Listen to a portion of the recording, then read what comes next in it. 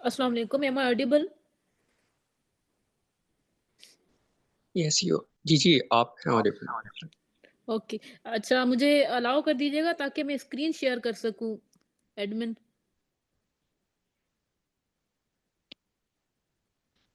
जी, मुझे अलाउ करें, मैं स्क्रीन शेयर कर सकूँ।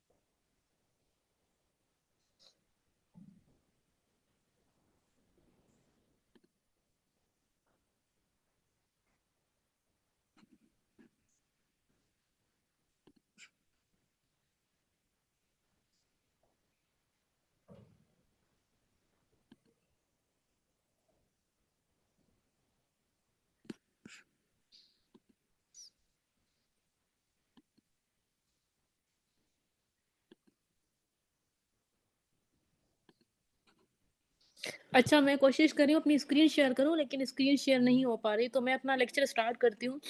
अच्छा, मैं हूँ कनीज़ फ़ातिमा एंड मैं कराची यूनिवर्सिटी की फाइनल ईयर की स्टूडेंट हूँ और मैं एलुमनाई हूँ एस्पायर लीडर्स प्रोग्राम की तरफ से, जो कि हार्वर्ड यूनिवर्सिटी जो है वो उसने स्पॉन्सर किया था। और मैंने मुख्तलिफ़ जगहों पे काम किया है। मैंने शौकत खाना मेमोरियल हॉस्पिटल में काम किया है, मैंने लीगल एड सोसाइटी में काम किया है, मैंने डिफरेंट लॉ फर्म से काम किया है। उसके अलावा मैंने काफ़ी डिफरेंट जगह से सर्टिफिकेशंस भी की है, लाइक मैंने university of London, Illinois university है, कैम्ब्रिज है, मैंने डिफरेंट यूनिवर्सिटी से through Coursera different different courses किए हैं, लाइक ह्यूमन राइट्स हैं, सिटीज़नशिप है, लॉ एंड सिटीज़नशिप। और उसके अलावा डिफरेंट ह्यूमन राइट्स में मैंने डिफरेंट डिफरेंट टॉपिक्स पे जो है वो सर्टिफिकेशन की है, लाइक चिल्ड्रंस राइट है, वुमेन्स राइट है। उसके अलावा मैंने मैंने सर्टिफिकेशन की है एडीआर से, अल्टरनेट डिस्प्यूट रेजोल्यूशन में। उसके अलावा मैंने कॉन्स्टिट्यूशनल से रिलेटेड भी मैंने किया है, लाइक मैंने कॉन्स्टिट्यूशनल और हिस्टोरिकल जो बैकग्राउंड है यूएसए का, उसमें उनके किन किन से लैंडमार्क केसेस डिफरेंट उसमें किया है। मैंने कॉर्पोरेट लॉ में ब्राइट नेटवर्क इंटरनेशनल जो यूके की तरफ से करवाते हैं ऑनलाइन, मैंने उसमें भी जो है वो काम किया है। सो ये मेरा थोड़ा-सा इंट्रोडक्शन था। अच्छा, मैं अपना लेक्चर स्टार्ट करना चाहूँगी। सॉरी, मैं स्क्रीन शेयर नहीं कर पा रही। कोशिश की है मैंने, लेकिन शेयर नहीं हो पा रही। तो अच्छा, अब मेरा कोर्स टॉपिक जो है वो बेसिकली है criminal and civil defamation. Criminal और सिविल डिफेमेशन को का जो एक पूरी जो एक सेशन है, हम इस पे किन-किन टॉपिक्स पे डिस्कस करेंगे। सबसे पहले मैं थोड़ा-सा ये बता दूँ कि मैं किन-किन टॉपिक को जो है वो टच करूँगी। सबसे पहले मैं आपको बताऊँगी कि डिफेमेशन है क्या? फिर मैं आपको बताऊँगी डिफेमेशन के एलिमेंट्स क्या हैं? किन-किन मोड से डिफेमेशन होती है। डिफेमेशन के जो मोड्स हैं, लाइक सिलेंडर या लिबल है, उनमें क्या की डिफरेंस है। डिफेमेशन के टाइप्स क्या हैं, सिविल और क्रिमिनल डिफेमेशन किस तरह से होता है। फिर हम सिविल डिफेमेशन में उनकी केस स्टडीज देखेंगे, सिविल डिफेमेशन में से केस लॉज देखेंगे, फिर हम क्रिमिनल डिफेमेशन में केस स्टडीज केस लॉज को देखेंगे, फिर हम सिविल और क्रिमिनल डिफेमेशन को कंपैरिजन करेंगे।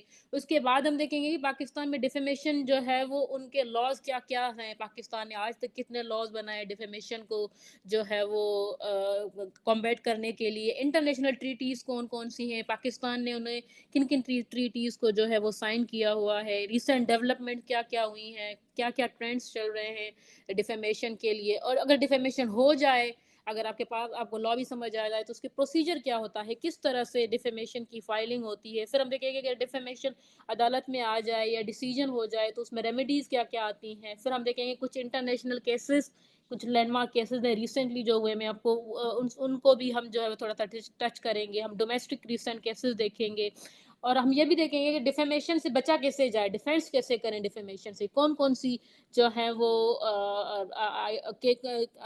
टेक्निकलिटीज़ हैं बेसिकली जिनके ज़रिए डिफेमेशन से बचा जा सकता है। कौन-कौन से चैलेंजेज़ हैं, कौन-कौन सी कंट्रोवर्सीज़ हैं, जिनसे हम डिफेमेशन से बच सकते हैं। फिर मैं आपको बताऊँगी कि कुछ प्रैक्टिकल टिप्स लाइक के जो एडवोकेट्स हैं उनके लिए, और जो जर्नलिस्ट हैं स्पेसिफिक उनके लिए, और जो जो कुछ अपने आर्टिकल्स वगैरह पब्लिश करते हैं, कोई स्टेटमेंट देते हैं, वो किस तरह से डिफेमेशन से बचे, उनके लिए कुछ प्रैक्टिकल टिप्स मैं आपको बताऊंगी। और लास्ट में मैं आपको बताऊंगी कि कुछ मैं आपको एक्स्ट्रा रेफरेंस भी बताऊंगी कि कुछ जो जो स्टूडेंट्स या कुछ जो सीनियर लॉयर या जो जर्नलिस्ट जो भी जिन्होंने भी मीटिंग अटेंड की है, अगर वो फर्दर स्टडी करना चाहें तो वो किन किन चीज़ों पे जो है वो किन किन जगह से ज़्यादा पढ़ सकते हैं। तो सबसे पहले स्टार्ट करते हैं कि डिफेमेशन है क्या? अच्छा, अगर मेरी आवाज़ कट हो जाए तो प्लीज़ मुझे जो है वो रिस्पॉन्ड कर दीजिएगा, ऐसा ना हो मैं कंटिन्यू कर लूँ और मेरी आवाज़ ना आए, ठीक है? Thank you. अच्छा, सबसे पहले देखते हैं डिफेमेशन है क्या? डिफेमेशन का जो वर्ड है, अगर उसकी हम रूट वर्ड देखें तो ये बेसिकली 2 वर्ड से निकला है। एक है डिफामिंग और एक है डी और दूसरा फार्मा। ठीक है, ये बेसिकली लैटिन वर्ड है डी फार्मा। डी फार्मा से दो अलग अलग वर्ड है, डी और फार्मा। डी जो वर्ड है इसका मतलब है कि अवे और डाउन फ्रॉम, और फार्मा का मतलब है कि फेम या रेपुटेशन। अब ये जो डिफेमेशन है, इसका इसका लिटरल मीनिंग यह है कि किसी की रेपुटेशन को ब्रिंग डाउन करना या किसी की रेपुटेशन को डाउन डाउन अवे करना। अब लॉ की अगर मैं आपको बताऊं कि specific definition, being a lawyer, हम देखते हैं कि वो स्पेसिफिक इशू किस लॉ में या किस प्रेसिडेंट में डिफाइन किया गया। तो मैं डेफिनेशन अगर डेफिनेशन बताऊं तो वो स्पेसिफिकली पाकिस्तान पीनल कोड का सेक्शन है 499, वो डेफिनेशन का डेफिनेशन बताता है। वो कहता है एग्जैक्टली वर्ड्स क्या है वो मैं आपको बताती हूँ। तो वो कहता है कि whoever by words either spoken or intended to be read or by sign or by visible representation makes or publish any imputation concerning any person intending to harm or known or having person to believe that such imputation will harm the reputation of such person is said to defame that person। Basically अगर कोई भी बंदा कोई spoke करे बात, कोई बात read करे या कोई साइन दे, ठीक है, जिससे जाहिर जिसमें उसका इंटेंट ये हो कि किसी भी पर्सन की जो रेपुटेशन है उसको नुकसान नुकसान आए, तो ये बेसिकली सेक्शन बता रहा है आपका 499 पीपीसी का। अच्छा, अगर मैं सिंपल वर्ड्स में डिफर्मेशन को कहूँ कि कोई भी फॉल्स स्टेटमेंट वो चाहे रिटन में हो या ओरल, आगे हम इसके टाइप्स पढ़ेंगे, मोड्स पढ़ेंगे, ज्यादा आपको समझ आ जाएगा कि कोई भी फॉल्स स्टेटमेंट रिटन हो या ओरल हो, किसी किसी भी बंदे की रेपुटेशन की, बंदा कोई ऑर्गेनाइजेशन किसी इदारे की रेपुटेशन को डैमेज करे तो उसे हम डेफेमेशन कहते हैं। अच्छा, अब की एलिमेंट्स क्या क्या आते हैं डेफेमेशन में, ये तो डेफिनेशन तो हमने देख ली, की एलिमेंट्स क्या क्या आते हैं। बेसिकली पहला एलिमेंट जो इसमें आता है डेफेमेटरी स्टेटमेंट है।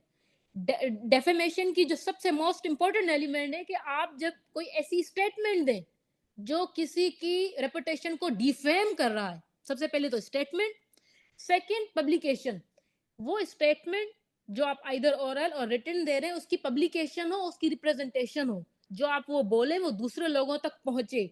अच्छा, तीसरा एलिमेंट इसका है हार्म। आपने स्टेटमेंट दी, आपने पब्लिक या रिप्रेजेंट की, और वो स्टेटमेंट, उस स्टेटमेंट से किसी बंदे, किसी इदारे, किसी ऑर्गेनाइजेशन को हार्म हुआ, हाँ, उसका रेपुटेशन। अच्छा, चौथा जो मोस्ट इंपॉर्टेंट एलिमेंट जो है इसका डेफेमेशन का, वो इंटेंशन और नेग्लिजेंस। अगर वो किसी ने स्टेटमेंट दी है, पब्लिक भी की है और हार्म भी किया है, उसके पीछे या तो उसका इंटेंशन था या तो उसने नेग्लिजेंस से दे दी, उसने केयर नहीं की, जो है वो नेग्लिजेंस या बाय इंटेंशन से दी है, तो बेसिकली ये चारों चीजें डेफेमेशन में आती हैं। ठीक है, एलिमेंट से आगे थोड़ा बढ़ते हैं, मोड्स पढ़ते हैं। अच्छा, डेफेमेशन के बेसिकली 2 मोड्स हैं। जब आप कोई स्टेटमेंट देते हैं तो आप 3 मोड्स में देते हैं। Either it's spoken, it means slander, और दूसरा है लाइबल, इट मीन्स के रिटन और पब्लिश्ड।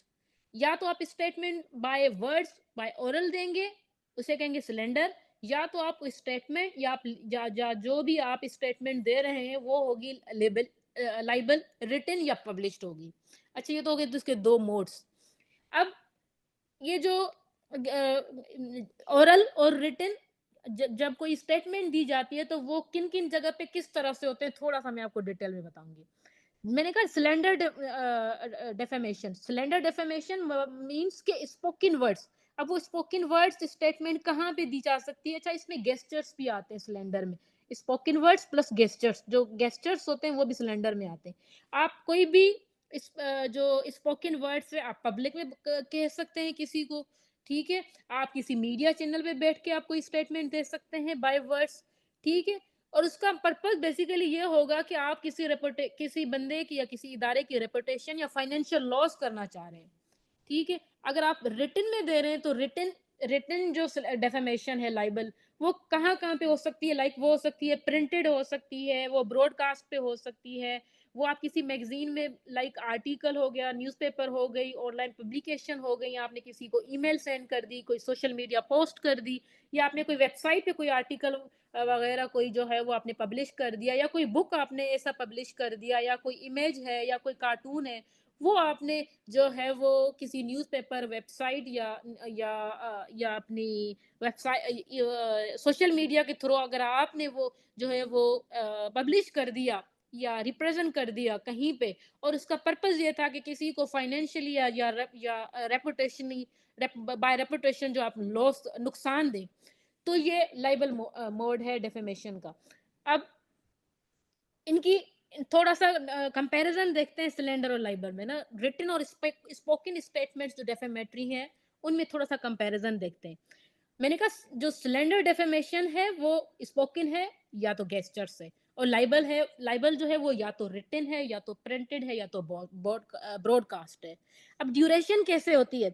जब आप कोई स्टेटमेंट देते हैं बाय वर्ड्स मींस के सिलेंडर डेफेमेटरी, वो टेम्पररी होती है। और जब आप लाइबल यानी कि आप बाय वर्ड्स, बाय रिटन, अगर आप कोई डेफेमेशन कोई स्टेटमेंट देते हैं वो परमानेंट होती है, क्योंकि आपने वो लिख दिया तो वो परमानेंट हो जाता है। अब प्रूफ का क्या होता है कि एग्जाम्पल मैंने आपको बता दिया।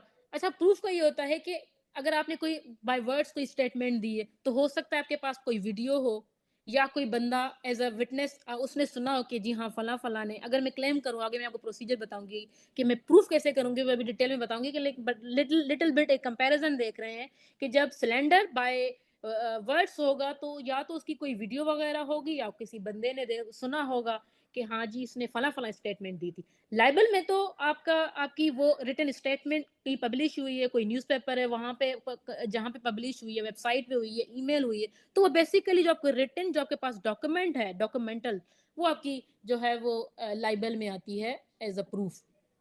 अच्छा, अब टाइप्स कौन-कौन सी है डेफेमेशन? मैंने पहले बताया कि मोड्स क्या हैं, किन-किन मोड्स में, किन-किन मेथड्स में डेफेमेटरी स्टेटमेंट दी जाती है। अब टाइप्स क्या है?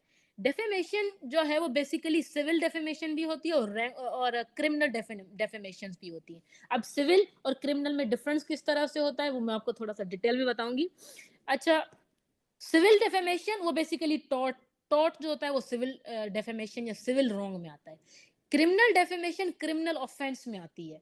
क्रिमिनल ऑफेंस में लाइक के पनिशमेंट या फाइन, डिटेल में आपको आपको बताऊंगी कि किस तरह से।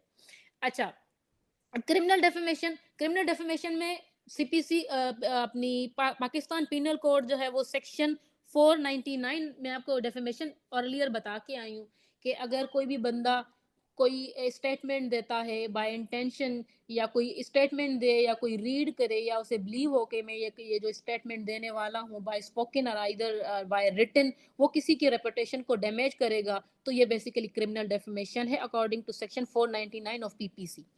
अच्छा, उसके अलावा क्रिमिनल डेफेमेशन के पहले मैंने बताया डेफेमेशन के एलिमेंट्स। अब मैं बता रही हूँ क्रिमिनल डेफेमेशन के एलिमेंट्स क्या हैं। आपने कोई फॉल सबसे पहले फॉल्स स्टेटमेंट, और वो फॉल्स स्टेटमेंट ट्रू नहीं है। ठीक है। सेकंड, हार्म टू रेपुटेशन, जो आपने स्टेटमेंट दी है उसने किसी ना किसी की रेपुटेशन को हार्म किया है। और तीसरा, आपका इंटेंशन था उसको हार्म करने का, उसको नुकसान देने का आपका इंटेंशन था। अब इस पे पेनल्टीज या क्रिमिनल डिफेमेशन में रेमेडीज क्या आएंगी?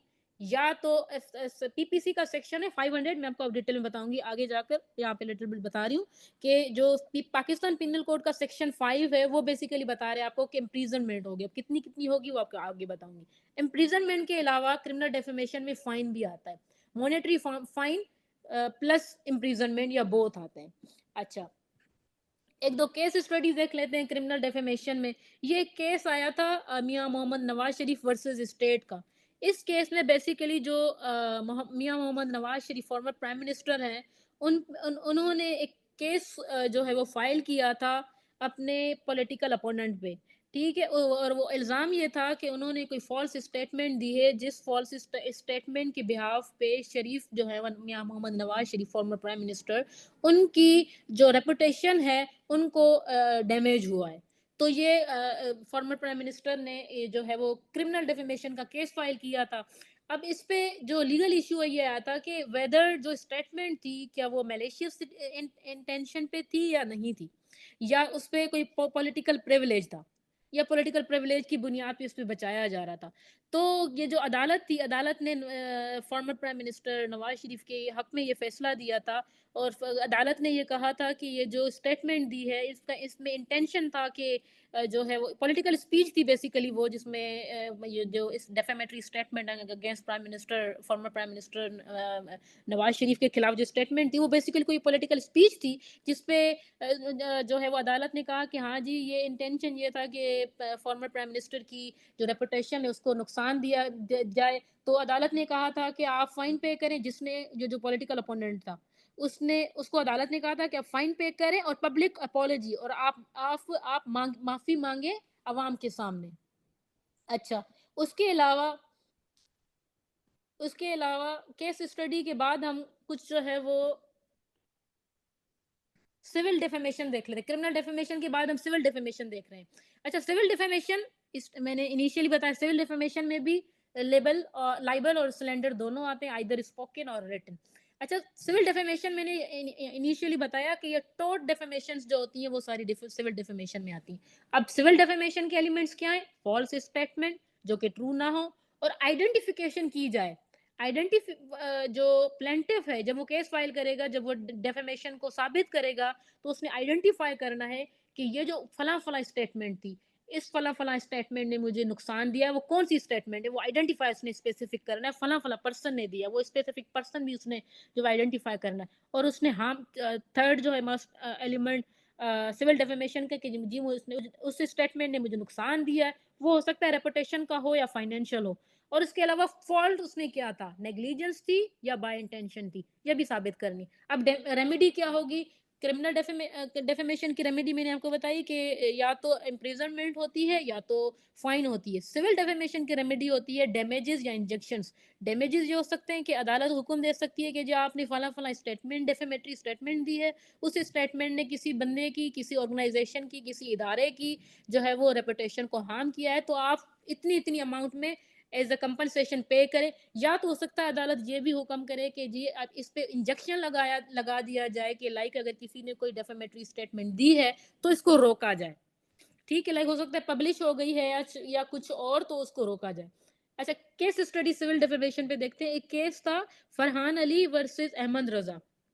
अच्छा, इसमें जो है वो फरहान अली केस फाइल करते हैं अहमद रजा के खिलाफ कि जी आपने सोशल मीडिया पे बैठ के मेरे खिलाफ कोई डेफेमेटरी स्टेटमेंट दी है, और उस वो जो पोस्ट आपने की है उसने मुझे इमोशनली स्ट्रेस में डाल दिया है। तो आप जो है या तो मुझसे माफी मांगे या मुझे कंपनसेशन पे करें।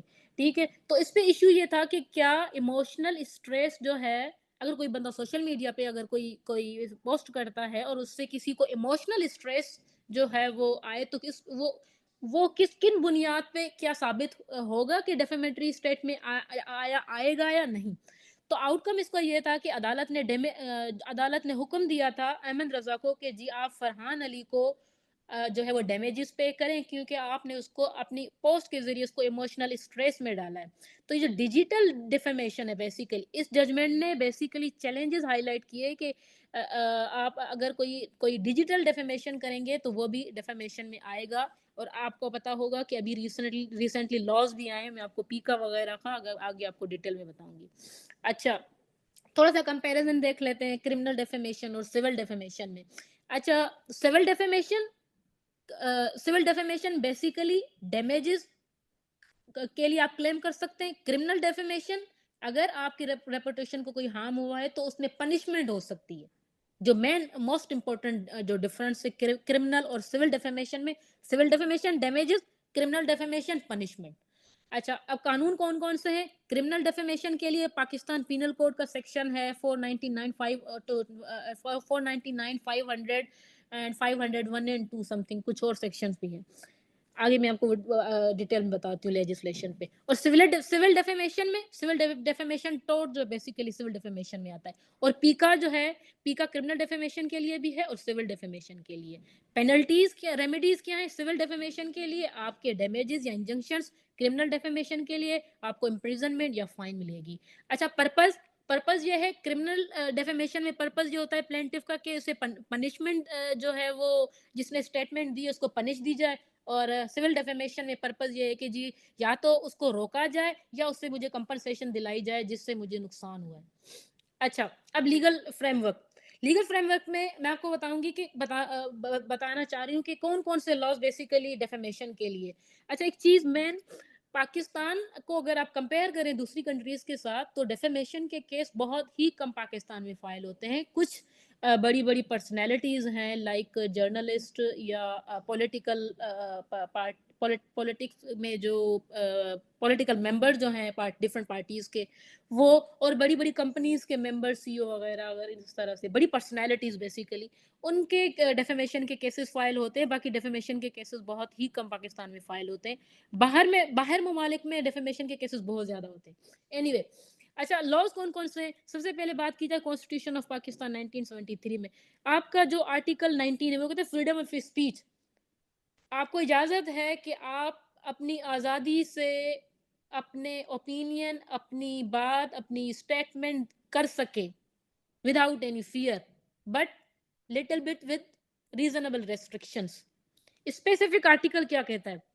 आर्टिकल कहता है every citizen has the right to freedom of speech and expression and there shall be freedom of press subject to any reasonable restrictions imposed by law in the interest of. अच्छा, अब restrictions कौन कौन सी हैं? अदालत ने आपको अदालत ने आपको जो है वो कॉन्स्टिट्यूशन ने आपको राइट दे दिया कि जी आप विदाउट एनी फियर, आप जो है वो आपके पास राइट है, आप बात कर सकते हैं। ठीक है, लेकिन कुछ रेस्ट्रिक्शंस के साथ। अब वो रेस्ट्रिक्शंस कौन कौन सी हैं कि जी आपने ख्याल करना है, आपने ख्याल करना है कि आपने ग्लोरी ऑफ इस्लाम, इस्लाम के खिलाफ कोई अपनी स्टेटमेंट नहीं देनी। इंटीग्रिटी ऑफ पाकिस्तान, पाकिस्तान की रियासत, पाकिस्तान की इंटीग्रिटी, उसके खिलाफ कोई स्टेटमेंट नहीं देनी। सिक्योरिटी ऑफ द स्टेट, आपने स्टेट की सिक्योरिटी का ख्याल रखना है। और जो दूसरे फ्रेंड रिलेशनशिप विद स्टेट्स, जो फॉरेन जो दूसरे बाहर के ममालिक हैं जिनसे हमारे अच्छे ताल्लुकात हैं, उनका भी आपने ख्याल करना है। आपने पब्लिक ऑर्डर का ख्याल करना है, आपने डिसेंसी और मॉरलिटी का ख्याल करना है, आपने कॉन्टेम्प्ट ऑफ कोर्ट का ख्याल करना है। आपने इंसाइटमेंट नहीं करनी, आपने ऐसी कोई इंसाइटमेंट पब्लिक को नहीं करनी कि जी वो इंसाइट हो जाए, कोई ऑफेंस कर ले। तो बेसिकली ये कुछ रेस्ट्रिक्शंस है जो आर्टिकल 19 कॉन्स्टिट्यूशन ऑफ पाकिस्तान ने जो है वो आप पे लगाई है कि आपके पास राइट तो है, आप बात तो कर सकते हैं, लेकिन इन रेस्ट्रिक्शन की बुनियाद पे। अच्छा, दूसरा आर्टिकल कॉन्स्टिट्यूशन ऑफ पाकिस्तान का article 14, inviolability of dignity of man, के जी आप हर की आप बात आपने आपको आपके पास राइट है, आप बात कर सकते हैं, लेकिन आपने ख्याल करना है दूसरे जो सिटीजन है उनकी डिग्निटी को। आपने ऐसी कोई बात नहीं करनी कि किसी और के डिग्निटी को हार्म करे। ठीक है। अच्छा, इसमें है कि डिग्निटी, यहाँ पे जो वर्ड है ना डिग्निटी, कॉन्स्टिट्यूशन ऑफ पाकिस्तान के यहाँ पे भी सिविल भी है, क्रिमिनल भी है। अच्छा, कॉन्स्टिट्यूशन ऑफ पाकिस्तान के अलावा थोड़ा सा आगे चलते हैं। अच्छा, यहाँ पे जो आर्टिकल 14 और 19 और 14 है कि राइट ऑफ फ्रीडम और right dignity of man, constitution ने आपको एक एक जगह पे आपको स्पीच के लिए आपको कॉन्स्टिट्यूशनल राइट दे दिया कि आप बात कर सकते हैं। दूसरी तरफ आपको कहा कि आपको दूसरे लोगों की डिग्निटी का भी ख्याल करना है। तो अब यहाँ पे जो अदालत है उनके लिए चैलेंज है कि आपने बैलेंस किस तरह से करना है। एक यहाँ पे एक इम्पोर्टेंट केस है, मैंने अपनी पीपीटी में डाला, मैं शेयर कर दूँगी पाकिस्तान लॉयर्स वालों को, आप आपके साथ वो शेयर कर देंगे पीपीटी। एक अहम केस था Imran Khan versus Khawaja Asif PLD 2018 Islamabad high court. यहाँ पे बेसिकली ये डिस्कशन हुई थी कि फ्रीडम ऑफ स्पीच और राइट ऑफ डिग्निटी को बैलेंस करने किस तरह से आप बैलेंस कर सकते हैं। तो ये केस हुआ था, बेसिकली इमरान खान ने जो है वो डेफेमेशन का केस फाइल किया था ख्वाजा आसिफ पे।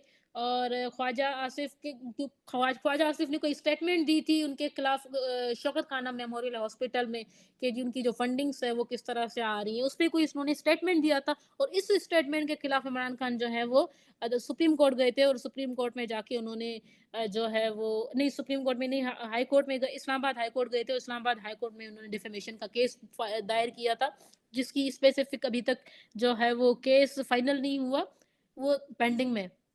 अच्छा, कॉन्स्टिट्यूशन ऑफ पाकिस्तान के अलावा कॉन्स्टिट्यूशन ऑफ पाकिस्तान के अलावा डोमेस्टिक लॉज कौन कौन से पाकिस्तान में है। अच्छा, क्रिमिनल डेफेमेशन में मैंने बताया आपको कि पाकिस्तान पिनल कोड जो है वो उसका सेक्शन है 499, डेफेमेशन की डेफिनेशन उसने बता दी। सेक्शन 500 कहता है पनिशमेंट ऑफ डेफेमेशन। अगर किसी भी बंदे ने किसी दूसरे बंदे के खिलाफ कोई स्टेटमेंट दी है, वो डेफेमेटरी स्टेटमेंट है, तो उसको जो है वो पनिशमेंट दी जा सकती है। वो पनिशमेंट 2 साल हो सकती है, 2 साल के साथ के या तो 2 साल या तो फाइन या तो दोनों मिला के भी दी जा सकती है। पाकिस्तान पिनल कोड का सेक्शन 501 कहता है कि अगर किसी ने कोई डेफेमेटरी स्टेटमेंट प्रिंट की है या पब्लिश की है, तो इस बुनियाद पे जो जो जिसने प्रिंट किया है या पब्लिश किया है, उसको 2 साल की सज़ा विद फाइन और विदाउट फाइन जो है वो दी जा सकती है। अच्छा, उसके अलावा पाकिस्तान पिनल कोड का सेक्शन 502 भी है कि अगर किसी ने कोई डेफेमेटरी स्टेटमेंट दी है, वो अगर लेट सपोज वो रिटन है या ओरल है, और किसी और ने उस डेफेमेटरी स्टेटमेंट को सेल किया, कहीं पे बेचा है, तो फिर भी उसे जो है वो पाकिस्तान पिनल कोड का सेक्शन 502 ये कहता है कि उसको सजा होगी 2 साल तक एक्सटेंड हो सकती है विद और विदाउट फाइन।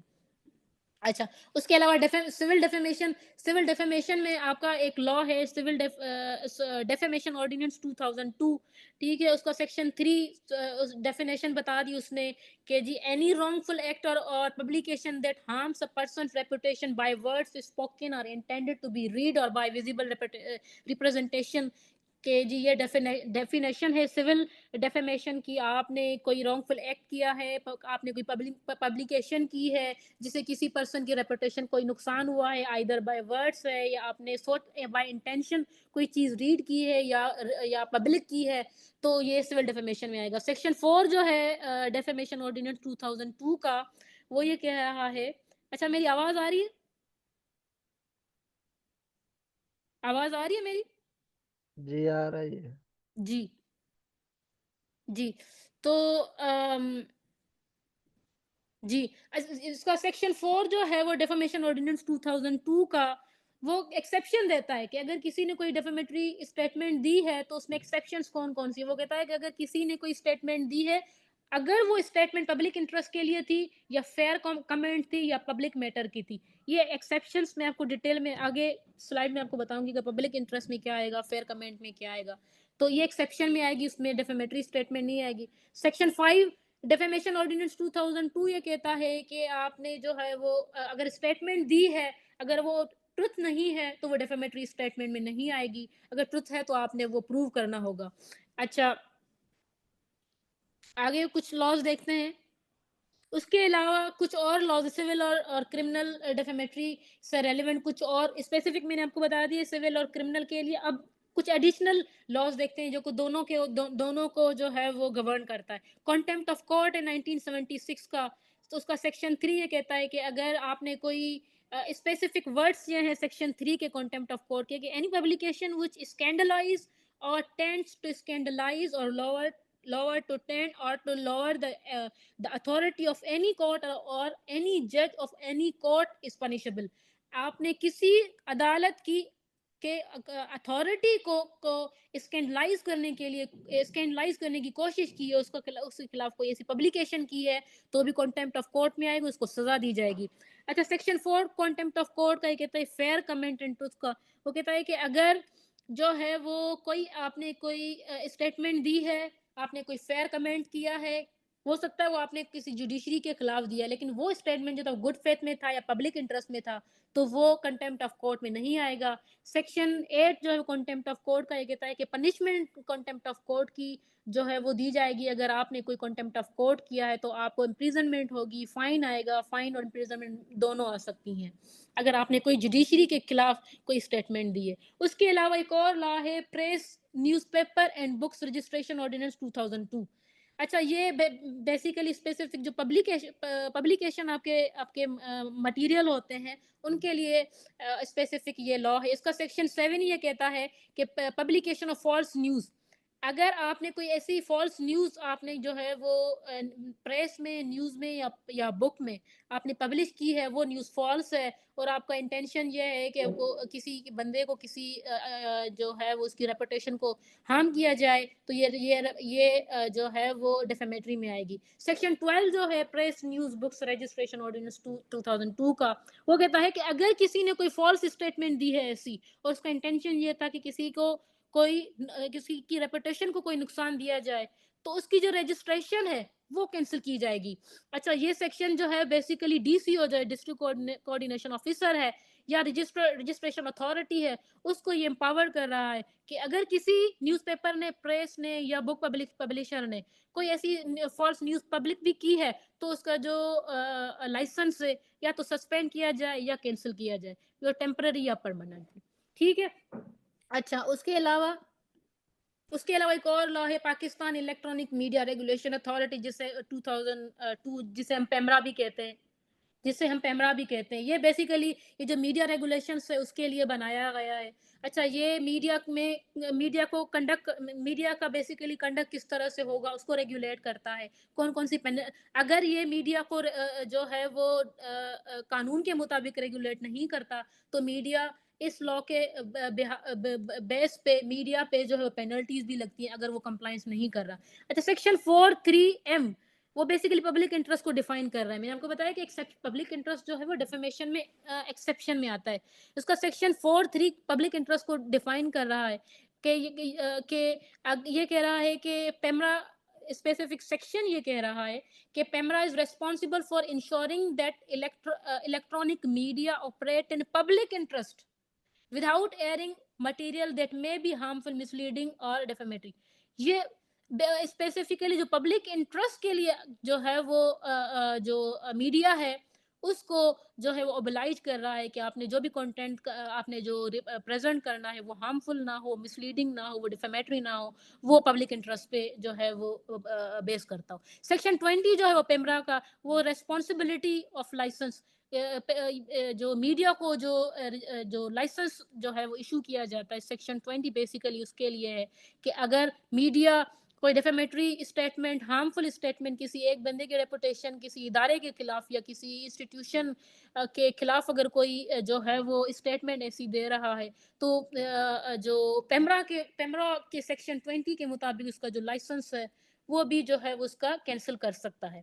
इस कानून के मुताबिक अदालत कैंसिल कर सकती है। सेक्शन 27 बेसिकली प्रोहिबिट कर रहा है कि मीडिया जो है वो ऐसी कोई जो है वो ब्रॉडकास्ट बेसिकली जो प्रोग्राम्स जो करता है वो ऐसी कोई डेफेमेटरी, हार्मफुल पब्लिक कोई ऐसी प्रोग्राम नहीं करेगी जो डेफेमेटरी हो, जो हार्मफुल हो, डेफेमेटरी और हार्मफुल स्पेसिफिकली पब्लिक ऑर्डर के लिए वो ऐसी कोई प्रोग्राम नहीं करेगा। सेक्शन 29 पेमरा का कह रहा है कि आपने जो लाइसेंस है,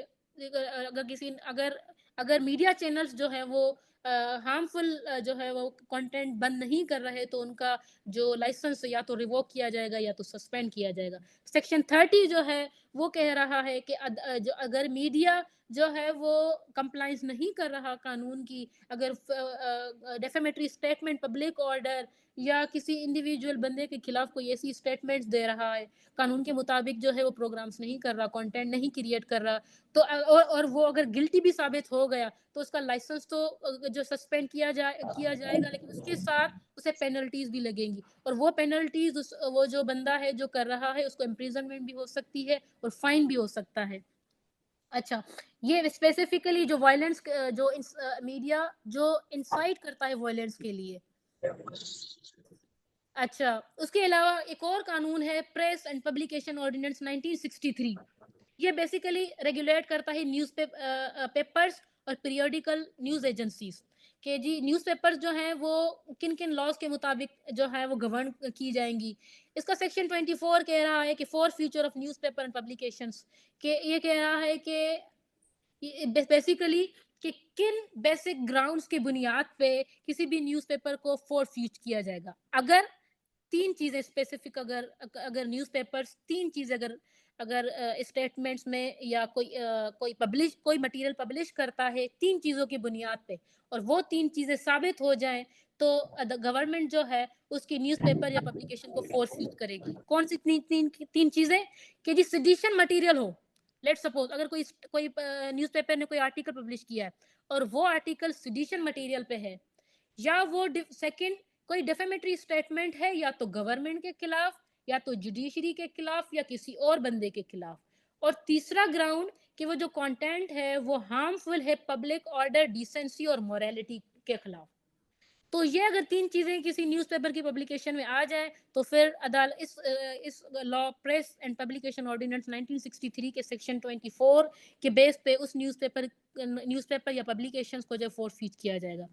इसी लॉ का सेक्शन 21 ये कहता है कि जो एडिटर होगा, पब्लिशर होगा, ये या प्रिंटर होगा, वो भी रेस्पॉन्सिबल होगा। उसने भी जो कंटेंट जो है वो प्रिंट करना है या पब्लिश करना है या एडिट कर रहा है, तो उसने भी जो है वो अपनी रेस्पॉन्सिबिलिटी के साथ वो सही से चेक करना है। अगर उसने वो सही से नहीं किया तो उसके खिलाफ भी एक्शन लिया जा सकता है।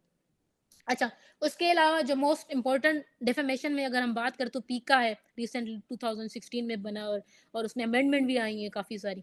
अच्छा, पीका साइबर डेफेमेशन से रेलिवेंट है। पीका prevention of electronic crime act है, और थोड़ा सा पीका पे मैं थोड़ा चाहूँगी थोड़ा डिटेल में इसका बताऊँ, क्योंकि ये रिसेंटली बड़ा ट्रेंड इसका चल रहा है, बड़ा इन है पाकिस्तान की करंट सिनेरियो में ना। अच्छा, पीका में की एलिमेंट्स, पीका का जो पूरा लॉ है उस वो किन चीज़ों पे डिपेंड करता है, उनका एलिमेंट और उसका पर्पस क्या है। ये बेसिकली है इंटेंशनली हार्म अगर किसी को किया जाए और वो हार्म रेपुटेशन का हो, और वो हार्म थ्रू डिजिटल प्लेटफॉर्म्स हो। लाइक सोशल मीडिया पे आप अगर कोई पोस्ट करते हैं, आप ईमेल करते हैं, आप कोई ब्लॉग करते हैं, पीका बेसिकली डिजिटल प्लेटफॉर्म के लिए। अच्छा, और ये जो स्टेटमेंट्स होंगी, चाहे वो इंडिविजुअल के खिलाफ डेफेमेटरी स्टेटमेंट, चाहे वो इंडिविजुअल के खिलाफ हो या किसी ऑर्गेनाइजेशन के खिलाफ हो, ये दोनों के लिए बात करता है। अच्छा, आप ये किन चीजों पे अप्लाई होगा? मैंने कहा डिजिटल प्लेटफॉर्म में सिर्फ सोशल मीडिया नहीं आती। सोशल मीडिया के अलावा इलेक्ट्रॉनिक जो सोशल मीडिया है उस पे बेसिकली सोशल मीडिया में हम फोटोज शेयर करते हैं, वीडियोस शेयर करते हैं, कमेंट्स करते हैं। अच्छा, और जो है वो एक रिसेंटली इसमें एक अमेंडमेंट भी आई है कि अगर किसी ने कोई पोस्ट की है, कोई वीडियो फोटो कोई शेयर किया है, और विदाउट एनी वेरिफिकेशन आपने उसको रीशेयर कर दिया, तो जिसने शेयर किया उसके खिलाफ भी जो है वो एक्शन लिया जाता है, और जिसने रीशेयर कर दिया विदाउट एनी वेरिफिकेशन उसके खिलाफ जो है एक्शन लिया जाता है। अच्छा, अब पीका के मैं आपको कुछ लॉज भी बताऊंगी, लेकिन पीका और डिफेमेशन ऑर्डिनेंस जो था सिविल का 2002 का, उनका थोड़ा सा ना वो कंपैरिजन देख लेते हैं। पीका जो डिजिटल स्पेसिस के लिए, और जो डेफेमेशन ऑर्डिनेंस है वो बेसिकली प्रिंटेड स्पीच के लिए, प्रिंटेड न्यूज़पेपर्स वगैरह के लिए। अच्छा, दोनों है रेपुटेशन को अगर कोई नुकसान हो तो दोनों है बेसिकली उसके लिए, लेकिन डेफेमेशन ऑर्डिनेंस प्रिंटेड मीडिया और पीका जो है डिजिटल मीडिया।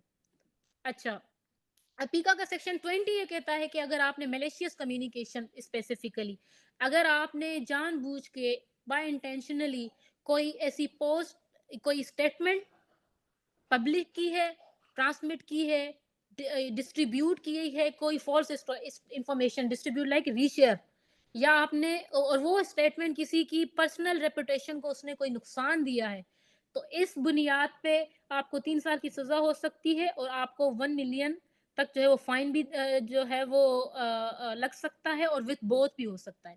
अब सेक्शन 21 पीका का ये कहता है कि अगर आपने डिफेमेशन की है अगेंस्ट वुमेन या माइनर या मोडेस्टी, किसी वुमेन की मोडेस्टी के खिलाफ आपने कोई डेफेमेटरी स्टेटमेंट दी है, तो इस बुनियाद पे आपके जो कॉन्सिक्वेंसेस होंगे वो सीवियर है, आपको हार्श पेनल्टीज दी जाएंगी।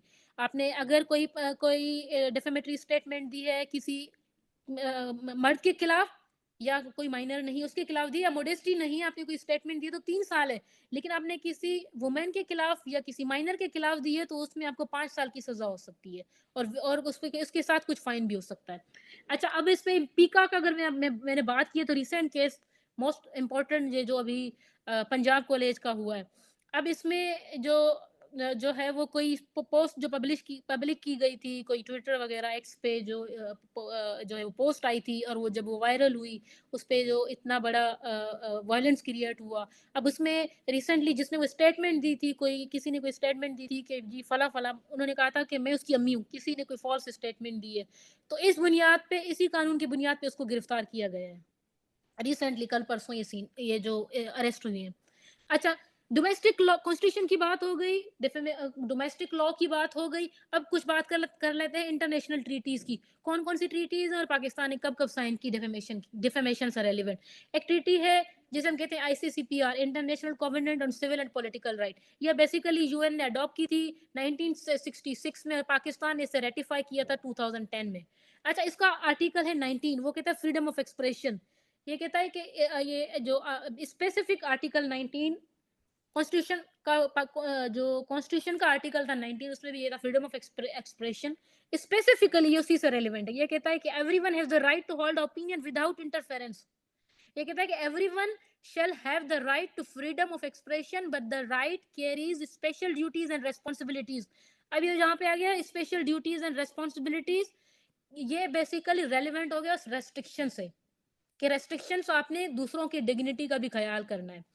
आर्टिकल 19 ये जो आईसीसीपीआर का है, वो ये भी कहता है कि जो रेस्ट्रिक्शंस हैं वो दूसरों की रेपुटेशन को हार्म ना करे।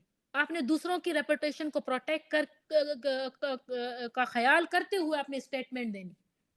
अच्छा, इसका आर्टिकल 17 भी है आईसीसीपीआर का, वो कहता है राइट टू प्राइवेसी। के जी कहता है कि no one shall be subjected to unlawful attack on their honour और रेपुटेशन। आप स्टेटमेंट तो दे सकते हैं, आपके पास राइट तो है, लेकिन दूसरों की ऑनर, दूसरों की रेपुटेशन पे भी आपने अटैक नहीं करना। ये कहता है कि everyone has the right to protection of law against such attacks. अगर किसी ने किसी पे के खिलाफ कोई डेफेमेटरी स्टेटमेंट दे दी है तो उसके खिलाफ भी एक्शन लिया जाए, ताकि जो है वो अगली बार कोई और किसी और की रेपुटेशन के खिलाफ कोई स्टेटमेंट ना दे और उसको प्रोटेक्ट करे। अच्छा, दूसरी जो इंटरनेशनल ट्रीटी है वो UDHR, universal declaration of human rights. ये 1948 में बनी थी और पाकिस्तान इसका सिग्नेटरी जो है वो बना है यूएन ने 1948 में की है। और ये यूनिवर्सल डिक्लेरेशन है तो इसको सभी फॉलो करते हैं। अच्छा, इसका आर्टिकल 19 है। 19 वही फ्रीडम ऑफ एक्सप्रेशन की बात करता है कि everyone have the right to freedom of opinion and expression. इसका आर्टिकल 12 जो कहता है, 12 वो कहता है right to privacy and reputation.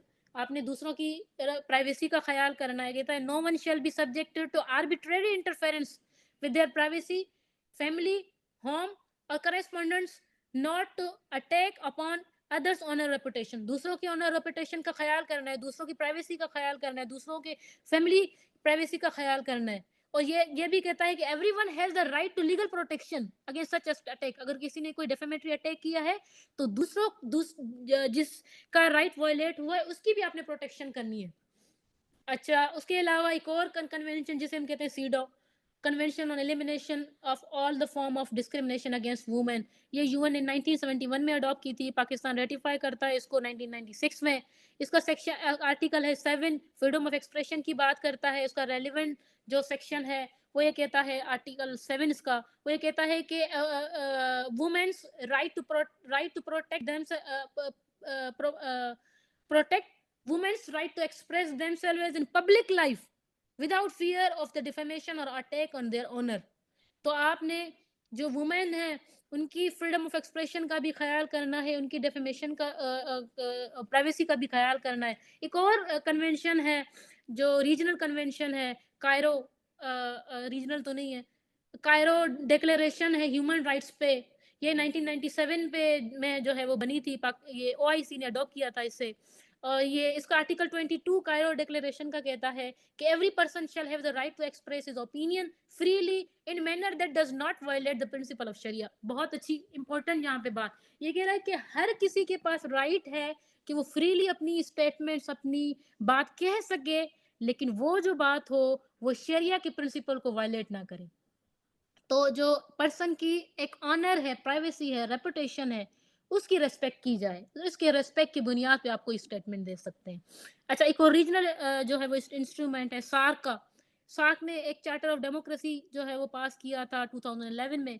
उसका एक आर्टिकल था 3। वो ये कहता था, आर्टिकल 3 जो है वो कहता था वो आर्टिकल 3 बेसिकली स्ट्रेस देता है कि need for the south Asian countries, जिसमें पाकिस्तान भी आता है, वो कहता है कि टू प्रोमोट डोमेस्टिक वैल्यूज। और डोमेस्टिक वैल्यूज में एक इम्पोर्टेंट बात यह भी थी कि फ्रीडम ऑफ एक्सप्रेशन। आपने डेमोक्रेटिक वैल्यूज को प्रमोट करना है तो उसमें सबसे अहम बात फ्रीडम ऑफ एक्सप्रेशन है। अच्छा, अब प्रोसीजर किस तरह से हो सकता है? हमने डेफेमेशन पढ़ लिया, डेफेमेशन क्या है, किस टाइप की होती है, कौन से कानून है, कौन सी इंटरनेशनल ट्रीटीज हैं, कुछ केस भी देख लिए हमने। अब देख लेते हैं कि इसका प्रोसीजर क्या होता है स्टेप बाय स्टेप। सबसे पहले तो आपने आइडेंटिफाई करना है कि डेफेमेटरी स्टेटमेंट क्या थी, किस कॉन्टेक्स्ट में दी गई थी, किस पर्सन ने दी है, इधर वो पब्लिक हुई है या नहीं हुई है। अच्छा, उसके बाद आपने स्टेटमेंट आइडेंटिफाई कर दी। अब उसकी फेवर में आपने अपने एविडेंस कलेक्ट करने, गैदर करने, लाइक अगर कोई स्पोकन था, कोई वीडियो वगैरह थी, किसी पर्सन ने सुनी या कोई पर्सन एज अ विटनेस था, वो प्रूफ आपने जमा कर लिया। कोई डॉक्यूमेंट्स, कोई स्टेटमेंट्स हैं वो आपने जमा कर लिए। अच्छा, उसके अलावा आप जो है, जैसे आपने स्टेटमेंट आइडेंटिफाई कर दी, एविडेंस कलेक्ट कर दिया, अब उसके बाद अपने अपने एडवोकेट के साथ आप जो कंसल्ट करेंगे, उसे बताएंगे अपने अटॉर्नी को, जो अटॉर्नी स्पेशलाइज्ड डिफेमेटरी लॉ में होगा। लेकिन पाकिस्तान में तो हर वकील जो है वो डिफरेंट हर जो है फील्ड में काम करता है। तो स्पेसिफाई अगर आपको जो है वो डेफेमेटरी जो है वो लॉयर अगर आपको मिले तो आप उससे जो है वो कंसल्ट करें, उसके साथ लीगल इशू जो है वो डिस्कस करें और उनसे पूछें कि इनके साथ इससे कौन कौन से कॉन्सिक्वेंसेस आ सकते हैं। अब जो है वकील जो होगा वो बेसिकली एक ड्राफ्ट बनाएगा। ड्राफ्ट से पहले जो वकील आप जो है वो बेसिकली एक नोटिस देते हैं उस बंदे को कि जी आपने मेरे खिलाफ फला फला जगह पे फला फला स्टेटमेंट दी है। प्रैक्टिकली ये होता है कि वो उन नोटिस में कहते हैं कि या तो आप मुझे माफ़ी मांगे, या तो कहता है कि आप मुझे इतना इतना कंपनसेशन दें, वरना तो मैं आपके खिलाफ अदालत जा रहा हूँ और आपके खिलाफ केस जो है डिफेमेशन का केस फाइल करता हूँ। उस वो नोटिस स्पेसिफाई देता है। वो बेसिकली डिफेमेशन ऑर्डिनेंस में इसका पूरा प्रोसीजर लिखा है। डिटेल में नहीं जाना चाहूँगी क्योंकि बहुत लंबी हो जाएगी, फिर ऑलरेडी इतना टाइम हो गया है। अच्छा, फिर वो जो है वो नोटिस देगा। अगर नोटिस का कोई रिस्पांस नहीं आया तो फिर जो है वो आपका वकील जो है एक ड्राफ्ट, एक फाइल की जो है वो बनाएगा, अदालत में जमा करवाएगा और उसके बाद वो स्पेसिफिकली जिस तरह से एक ऑर्डिनरी केस चलता है वही चलता है, वो उसी तरह से चलेगा। लेकिन बीच में अदालत आपको जो है वो एडीआर की जो एक अल्टरनेट एक जो है वो मीडिएशन या आर्बिट्रेशन या नेगोशिएशन का जो एक मोड होता है वो भी आपको अदालत देती है कि जी आप बैठें और बात करें, इशू को सॉल्व करें। अच्छा, उसके अलावा फिर वो केस इसी तरह जो जिस तरह ऑर्डिनरी केसेस चलते हैं इसी तरह चलते हैं। अच्छा, रेमेडीज क्या होती हैं? रेमेडीज बेसिकली क्रिमिनल डेफेमेशन में आपको बताई कि एक पनिशमेंट होती है या फाइन होता है। सिविल डेफेमेशन के लिए डैमेजेस होते हैं या इंजेक्शंस होती हैं कि जी जो आपने स्टेटमेंट दी उसको रोका जाए, कोई पब्लिकेशन है, कोई आपने बात की है, कोई पोस्ट है, उसको डिलीट करें। या तो सिविल डेफेमेशन में यह भी होता है कि आप जो है वो पब्लिक में बैठ के आप जो है आम माफ़ी का ऐलान करके जी मुझसे ये फला फला हो गई, आप मुझे माफ़ करें। उसके अलावा डैमेजेस में आपके जो मॉनेटरी डैमेजेस होते हैं उसमें जो है वो जितना नुकसान हुआ है उस नुकसान की बुनियाद पे कोई आप जो अदालत आपको जो है वो अवार्ड करती है कंपनसेशन का। अच्छा, उसके अलावा जो इंजंक्शंस होती हैं वो इंजंक्शंस भी टेम्पररी और परमानेंट होती है। अदालत टेम्पररी भी जो है वो ऑर्डर करती है और परमानेंट इंजंक्शंस भी करती है कि जो आपने स्टेटमेंट दिया टेम्पररी थोड़े टाइम के लिए, जब तक ये आइडेंटिफाई हो जाए कि डिफेमेटरी स्टेटमेंट है या नहीं, उसको बंद किया जाए। अगर वो वाक़ई ट्रायल के बाद जब वो साबित हो जाए कि जी ये डिफेमेटरी स्टेटमेंट है, तो फिर अदालत ये भी ऑर्डर कर सकती है कि इस परमानेंट इसको बंद कर दिया जाए। अच्छा, उसके अलावा एक और रेमेडी होती है जिसे हम कहते हैं कि रेस्टिट्यूशन एंड करेक्टिव एक्शन। ये भी होता है कि लेट्स सपोज अगर किसी ने कोई स्टेटमेंट दी है और मैंने उसे नोटिस दिया है कि आपने मेरे खिलाफ फला फला स्टेटमेंट दी, आप मुझसे माफी मांगे, तो ये भी हो सकता है कि वो पब्लिकली आके वो स्टेटमेंट दे कि जी जो वो आप स्टेटमेंट की बात कर रहे हैं वो स्टेटमेंट मैंने इस कॉन्टेक्स्ट में नहीं की, मैंने इस कॉन्टेक्स्ट में की है। तो वो जो करेक्टिव एक्शन है ये भी एक रेमेडी हो सकती है उसके लिए। अच्छा, कुछ डोमेस्टिक कुछ केसेस, मोस्ट इम्पोर्टेंट केसेस जो हैं वो पाकिस्तान में भी हुए, इंटरनेशनल केसेस भी हुए रिसेंटली। उसका भी जो है वो जिक्र करना चाहूंगी। अच्छा, ये केस हुआ था 2019 में, एक केस हुआ था असद उमर वर्सेस जियो टीवी। जियो टीवी ने कोई स्टेटमेंट दी थी असद उमर के खिलाफ, और असद उमर ने उसके खिलाफ जो है वो कंप्लेंट फाइल की थी कि जी इन्होंने मेरे खिलाफ कोई फॉल्स स्टेटमेंट दिया, कोई कंटेंट उन्होंने कोई प्रोग्राम जो है वो किया था जियो टीवी पे बैठ के। और उसने कहा था कि मेरी जो पब्लिक इमेज है और जो मेरा मेरा मेरा पॉलिटिकल इमेज है उसको इन्होंने डैमेज किया है। तो इस पे ये होता कि जियो टीवी ने जो है वो आम जो है वो न्यूज़ पे आके उन्होंने जो है वो माफ़ी मांगी थी कि जी हमसे गलती हो गई। एक और केस था हिना रबानी खार का। वो किस केस का नाम है, हिना रबानी खार वर्सेस डेली जंग। ये 2022 रिसेंटली हुआ है। हिना रबानी खार जो है वो फॉर्मर फॉरेन मिनिस्टर पाकिस्तान की रह चुकी है। उन्होंने डिफेमेशन का सूट फाइल किया था डेली जंग के खिलाफ। डेली जंग न्यूज़ उर्दू न्यूज़पेपर है, और इन्होंने डेली जंग न्यूज़पेपर ने एक एक जो है वो आर्टिकल पब्लिश किया था अपने न्यूज़पेपर में। और उन्होंने रज़ा रबानी खान ने उन्होंने जो है वो क्लेम किया था कि जी उन्होंने कहा था कि मुझ पे इल्ज़ाम लगाया गया कि फ़ॉल्स जो है वो न्यूज़पेपर पब्लिश की गई है, जो मेरी जो रेपुटेशन है, मेरी पर्सनल जो लाइफ़ है उसको जो है वो डैमेज कर रहा है। तो इसमें अदालत ने ये जो दिल्ली जंग है उसको कहा था कि आप हिना रबानी घर से माफी मांगे, और अदालत ने दिल्ली जंग को ये ऑर्डर दिया था कि आप डैमेजेस भी पे करें। अच्छा, इसमें जर्नलिज्म की बड़ा बहुत इंपॉर्टेंट इस केस में जर्नलिज्म की, जी जर्नलिस्ट किस हद तक कोई स्टेटमेंट दे सकते हैं, बेसिकली बहुत इस पे डिस्कशन हुई थी, डिटेल में नहीं जा रहे। अच्छा, एक और केस था अपना किसका खलीलुर रहमान का केस था, खलीलुर रहमान वर्सेस सरमन। मारवी सरमन ने कोई स्टेटमेंट दी थी, खलीलुर रहमान ने उस पे नोटिस सर्व किया था उसको और उसके खिलाफ केस फाइल किया था। एक और केस था सिद्दीकी का, शौकत सिद्दीकी के खिलाफ द न्यूज़ इंटरनेशनल 2020 में जो है वो कोई आर्टिकल पब्लिश किया था। ये भी बहुत बड़ा इंपॉर्टेंट केस था। अच्छा, उसके अलावा इंटरनेशनल केसेस, बहुत फेमस केस जो जो सब ने देखा होगा, लाइव भी आया था, जॉनी डीप और अंबर का जो केस था। ये हस्बैंड एंड वाइफ थे, इनका केस था 2022 में हुआ था बेसिकली। जो जॉनी की जो वाइफ थी अंबर, उन्होंने बेसिकली एक वाशिंगटन पोस्ट थी 2018 में, उन्होंने कोई स्टेटमेंट दी थी, नाम नहीं लिया था अपने हस्बैंड जॉनी का, लेकिन उन्होंने कहा था कि मुझ पे जो है वो डोमेस्टिक वायलेंस हुआ है मुझ पे।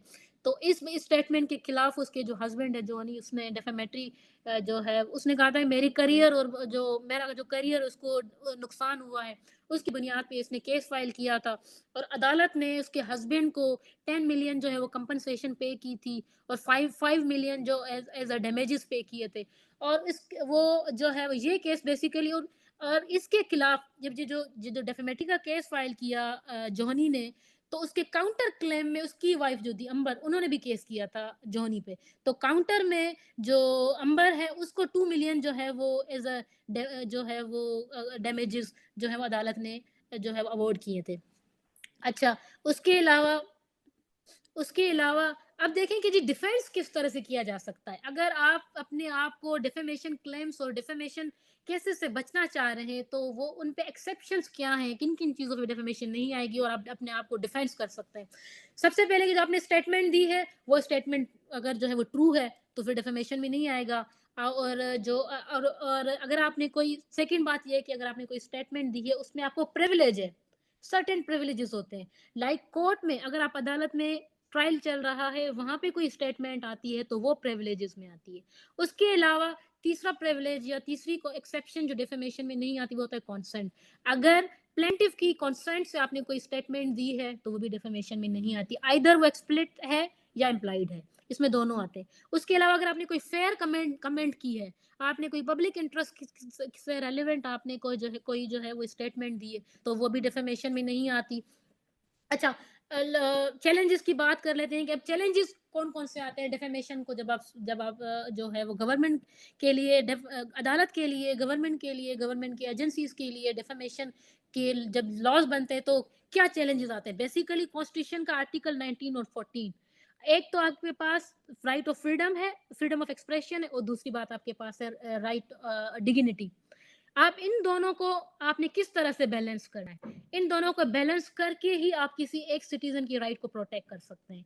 अच्छा, एक और चीज कि जो क्रिमिनल डेफेमेशन है बेसिकली इसको एज अ टूल भी यूज किया जाता है कि ये जो जर्नलिस्ट हैं, जब जर्नलिस्ट या पॉलिटिकल अपोनेंट अगर कोई स्टेटमेंट देते हैं तो उन जर्नलिस्ट और उन पॉलिटिकल अपोनेंट को खामोश करवाने के लिए, पॉलिटिकल अपोनेंट के अलावा जर्नलिस्ट को भी स्पेसिफिकली उनको खामोश करवाने के लिए क्रिमिनल डिफेमेशन लाइक पीका वगैरह जो है वो यूज किया जाता है। ये भी बड़ा चैलेंज है। अच्छा, उसके अलावा ये जो डिफेमेशन के केसेस होते हैं वो बड़े इमोशनल और जो आपको स्ट्रेसिंग वाले केसेस होते हैं। अगर कोई बंदा जिसके खिलाफ डिफेमेशन केस है, अगर वो फाइनेंशियली जो है वो स्ट्रांग नहीं है तो फिर जो उसकी केस की जो फीस होगी, उसकी जो जो खर्चा होगा वो पे नहीं कर सकता। तो ये भी बड़ा चैलेंज है कि जो जो लोअर मिडिल क्लासेस के लोग हैं वो इन केसेस को जो है वो हो भी जाए कि कोई स्टेटमेंट दे भी जाए तो फिर ये केसेस फाइल नहीं होते।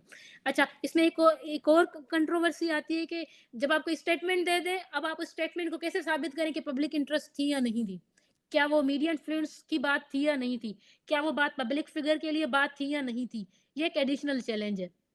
अच्छा, एक और चैलेंज कि जी जब आपके आपके इंटरनेशनल क्रिटिसिज्म होता है पाकिस्तान और इंडिया जो कि किसी और की रेपुटेशन को कोई नुकसान नहीं होगा।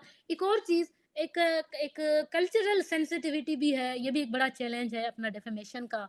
और ये जो लाइक पंजाबी में मैंने सुना है कुछ कि जी कुछ वर्ड्स ऐसे होते हैं जो अगर आप किसी और लैंग्वेज में अगर उन वर्ड्स को यूज करें तो वो डेफेमेटरी लाइक वो इनके इंसल्टिंग वर्ड्स नहीं होते। पंजाबी में वो इंसल्टिंग वर्ड्स नहीं होते, लेकिन किसी और लैंग्वेज में बोलो तो फिर कहते हैं इंसल्टिंग वर्ड्स। ये जो कल्चरल सेंसिटिविटी है ना वर्ड्स का और कम्युनिटी का, अब वो भी एक इशू है हमारे लिए, क्या वो डिफेमेटरी में आएगा नहीं आएगा। और एक और चीज की जब लेजिस्लेशन करते हैं उसमें भी एम्बिग्यूटी है। इतने सारे कानून आपने बना दिए हैं सिविल और क्रिमिनल डिफेमेशन में, इतने सारे कानून बनाने के बाद भी लीगल एम्बिग्यूटी है। कैसे पता चले डिफेमेटरी स्टेटमेंट किस लिमिट और किस हद तक आएगी। अच्छा, और पॉलिटिकल मिसयूज भी है। पॉलिटिकल मिसयूज की वजह से भी कंट्रोवर्सी एक चैलेंज है कि डेफेमेशन को किस तरह से डिटरमिन किया जाए।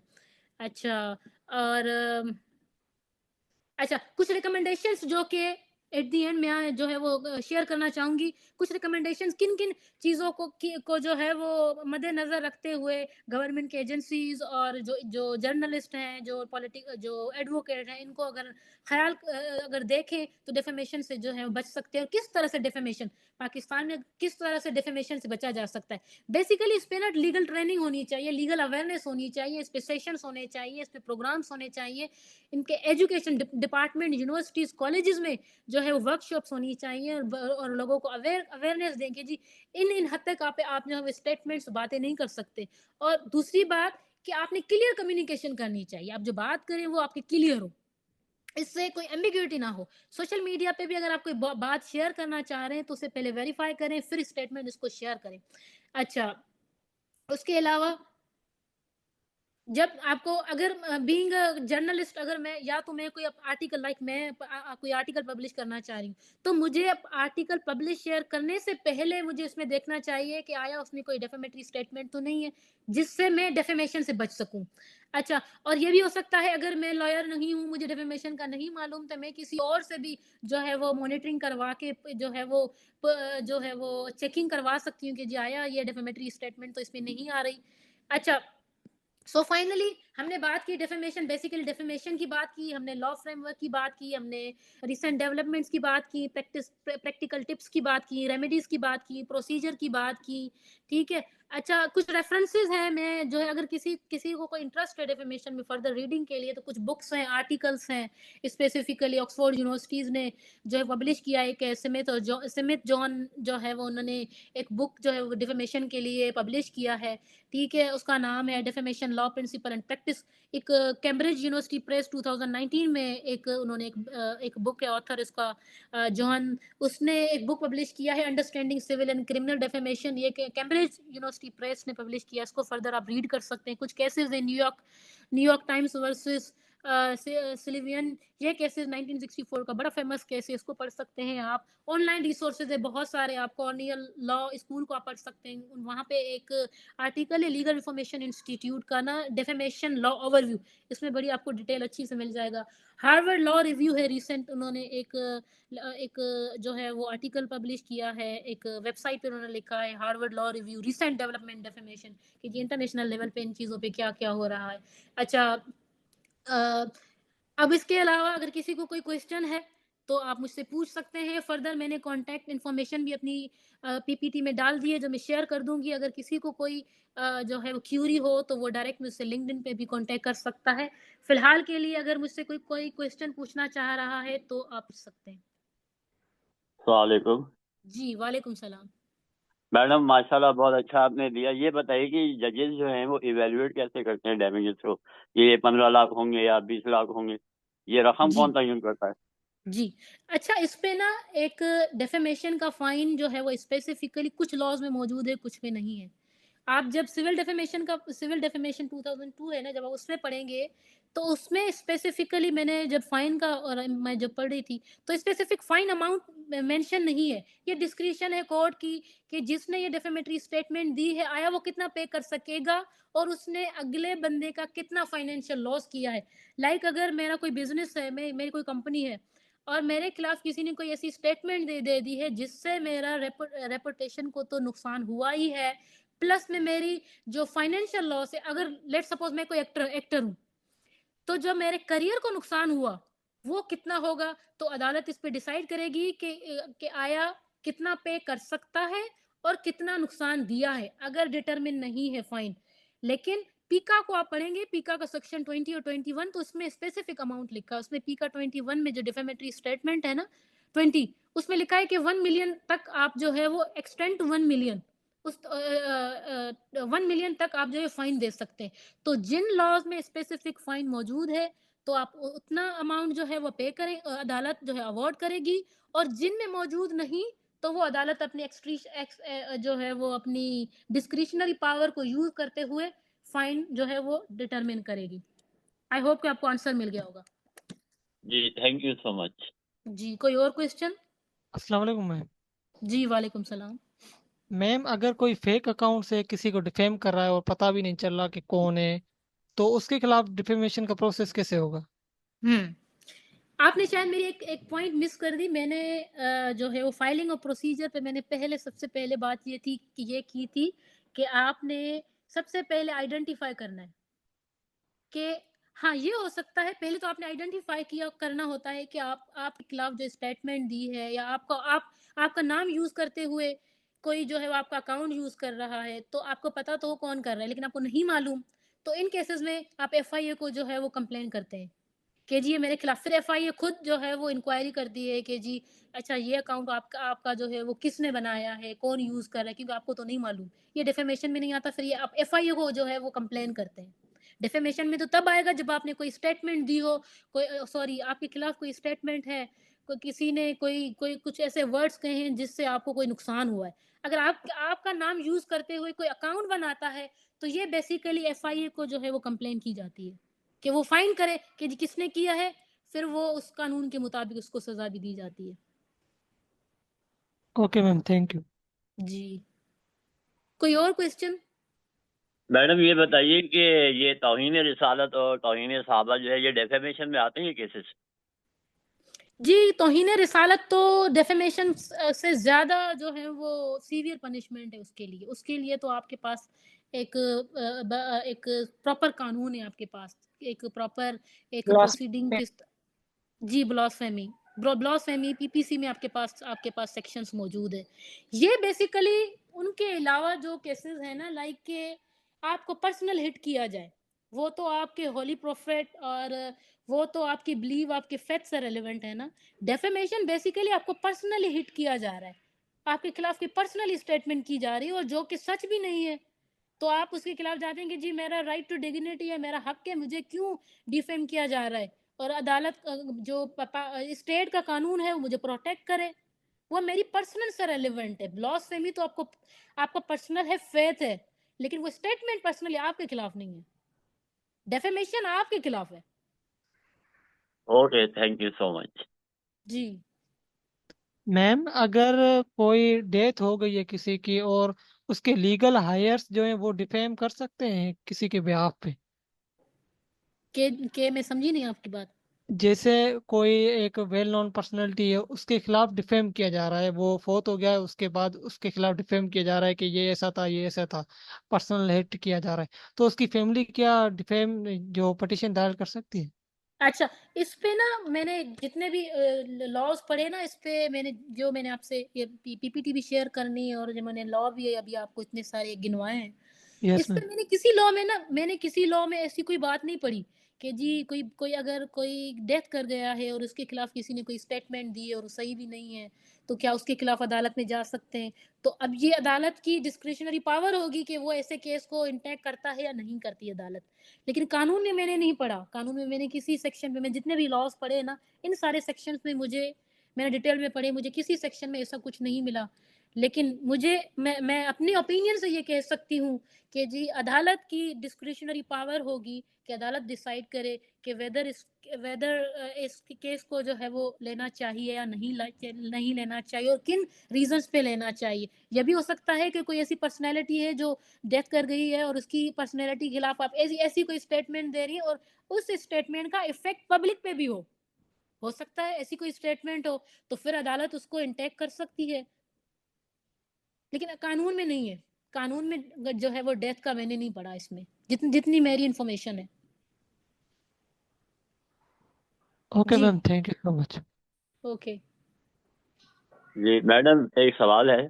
जी जी मैंने आपका लेक्चर थोड़ा देर से ज्वाइन किया, हो सकता है आपने इसका जिक्र किया हो। ये बताइए कि ये कैसे डिसाइड करें कि क्रिमिनल डेफेमेशन पे जाना चाहिए या सिविल डेफेमेशन पे जाना चाहिए? How do we hmm choose? अच्छा, जी। क्रिमिनल डेफेमेशन जो है वो उसकी जो नेचर है वो सीवियर है, सिविल डेफेमेशन जो है वो इतनी अच्छा। सीवियर नहीं है। ओके। एक बात ठीक। अब जब कोई ऐसी स्टेटमेंट है, आप एक चीज मैंने मिस की है, शायद मैंने आपको जो है वो एविडेंस, हाँ मैंने एक चीज मिस की है। थैंक यू, आपने बहुत अच्छा क्वेश्चन किया। मैंने जब कंपैरिजन किया था ना सिविल और क्रिमिनल का, वहां पे सिविल और क्रिमिनल के लिए आपको ना प्रूफ चाहिए होता है। अगर आपके पास सिविल डेफेमेशन क्रिमिनल डेफेमेशन में कोई ऐसा आपके पास एविडेंस है जिसमें कोई भी डाउट आ जाए, तो वो क्रिमिनल केस में आप नहीं ले सकते, अदालत उसको डिसमिस कर देगी। डाउट आ जाए, ठीक है, रीजनेबल डाउट। ओके। लेकिन सिविल डेफिनेशन में जो ऐसा कोई डाउट भी होगा, तो उसको अदालत ले सकती है। क्रिमिनल डिफेमेशन की तरह उसको डिसमिस नहीं कर सकती, उसको इंटैक कर सकती है, जी हाँ इसको देख सकते हैं। क्रिमिनल डेफेमेशन के लिए आपके पास जो एविडेंस होगा वो आपका सब्सटेंटिव जो है वो एविडेंस हो आपके पास, जो कि विदाउट एनी डाउट हो। अगर आप जा रहे हैं सिविल डिफेमेशन के लिए, आप जाएंगे तो फिर उसमें अगर कोई डाउट भी आ जाए, तो फिर भी अदालत जो है वो उस क्लेम को, उस डेफेमेटरी जो आप सूट फाइल कर रहे हैं, उसमें अदालत फिर भी उसको देख सकती है। क्योंकि क्रिमिनल डेफेमेशन में जो स्टेटमेंट है वो ज्यादा सीवियर है। लाइक मैंने आपको बताया ना, पीका में आप किसी के खिलाफ स्टेटमेंट दे रहे हैं, वो मोडेस्टी के खिलाफ है। आप कोई ऐसी पोस्ट शेयर कर रहे हैं, कोई वीडियो ऐसी शेयर कर रहे हैं सोशल मीडिया पे, जो किसी खातून की, किसी माइनर की आप ऐसी कोई पोस्ट शेयर कर रहे हैं जो उसकी रेपुटेशन को, उसके करियर को नुकसान दे रहा है। लेकिन आपने बैठ के कोई ऐसी स्टेटमेंट दी है, आपने मीडिया में बैठ के कोई ऐसी स्टेटमेंट दी है, कोई आर्टिकल पब्लिश किया है जिसकी नेचर जो है वो इतनी हीनियस, कोई सीवियर नहीं है, तो फिर वो सिविल में जाता है। लेकिन आपने किसी वुमेन की मॉडेस्टी, किसी माइनर की कोई ऐसी स्टेटमेंट दी है, कोई स्टेटमेंट जिसकी नेचर बेसिकली हीनियस है तो वो क्रिमिनल में है, और हीनियस नहीं है, इतनी बड़ी नहीं है, तो फिर वो सिविल में जाता है। और आपके पास प्रूफ भी है, विदाउट एनी डाउट आप उसको साबित कर सकते हैं, सब्सटेंटिव प्रूफ है, तो आप क्रिमिनल में जाएंगे। अस्सलाम वालेकुम। Okay ma'am, thank you. Okay जी, वालेकुम सलाम। जी, हम ये दोनों जगह पे एक जगह जैसे सिविल राइट भी ले लें, दोनों कोर्ट में फाइल कर सकते हैं सूट, क्रिमिनल भी और सिविल भी, या एक ही करना पड़ेगा? अच्छा, अच्छा, मैंने जो आपका क्वेश्चन समझा, आप कह रहे हैं कि एक ही स्टेटमेंट को मैं 2 अदालत में फाइल कर दूं, एक में सिविल, एक में क्रिमिनल, यस राइट? यस जी। Yes yes ma'am, yes. अच्छा, अगर आप लॉ के स्टूडेंट हैं तो आपने सीपीसी में पढ़ा होगा कि अगर आपने एक ही केस एक जगह पे फाइल किया होता है, तो अगर वही केस आप दूसरी जगह पे फाइल करेंगे तो स्टे लग जाता है कि पहले ये केस डिसाइड होगा, ये केस डिसाइड हो, फैसला आए, फिर देखा जाएगा, वो स्टे लग जाता है, तो केस जो है वो इनिशिएट ही नहीं होता। तो पहले अगर आपने कोई सिविल फाइल कर दी है तो फिर आप क्रिमिनल नहीं फाइल कर सकते, अगर या तो आपको हमारा सिविल का वेट करना पड़ेगा, उसका डिसीजन आ जाए, या तो आप सिविल आपकी फेवर में नहीं आया तो आप क्रिमिनल फाइल कर दें, या उसी सिविल को आप अपील में चले जाएं, चैलेंज कर लें। थैंक जी। मैडम, क्या ये जरूरी है कि क्रिमिनल जो है वो गवर्नमेंट ही फाइल कर सकती है, या सिविल आदमी भी कर सकता है फाइल क्रिमिनल नहीं में? नहीं नहीं नहीं, मैंने चीज कही, मैंने जब पीका को मैंने डिफाइन किया ना डिटेल में, मैंने सेक्शन 22 शायद आप मिस कर गए, उसमें मैंने कहा था, सेक्शन में लिखा था कि वो इंडिविजुअल भी हो सकता है, गवर्नमेंट भी हो सकती है, गवर्नमेंट सिर्फ गवर्नमेंट नहीं हो सकती। ओके ओके ओके, या आई जी रिमेम्बर नाउ, थैंक यू। जी जी जी जी, मैंने कहा था जी। जी, कोई और क्वेश्चन? अच्छा, यहाँ पे ना किसी ने चैट में लिखा है कि एक्सेप्शन रिपीट करें मैम, मैं आपको बताती हूँ एक्सेप्शन मैं आपको बता देती हूँ। एक्सेप्शन बेसिकली ये है कि अगर कोई स्टेटमेंट है वो ट्रुथ पे मबनी नहीं है, कोई स्टेटमेंट है उसमें जो है वो आपने गुड फेथ में दी है, आपका मेलाफाइड इंटेंशन नहीं था, कोई स्टेटमेंट है वो पब्लिक इंटरेस्ट के लिए थी, कोई स्टेटमेंट है वो आपने फेयर कमेंट्री में दी है, कोई स्टेटमेंट है वो प्रिविलेज में आए, प्रिविलेज में लाइक के कोर्ट प्रोसीडिंग चल रही है, अदालत की प्रोसीडिंग चल रही है, उसमें कितने अदालत में आपके हम कितने सारे इल्जामात एक दूसरे पे लगाते हैं, लेकिन ये भी प्रिविलेज में आता है, तो ये बेसिकली एक्सेप्शन में आता है। जी।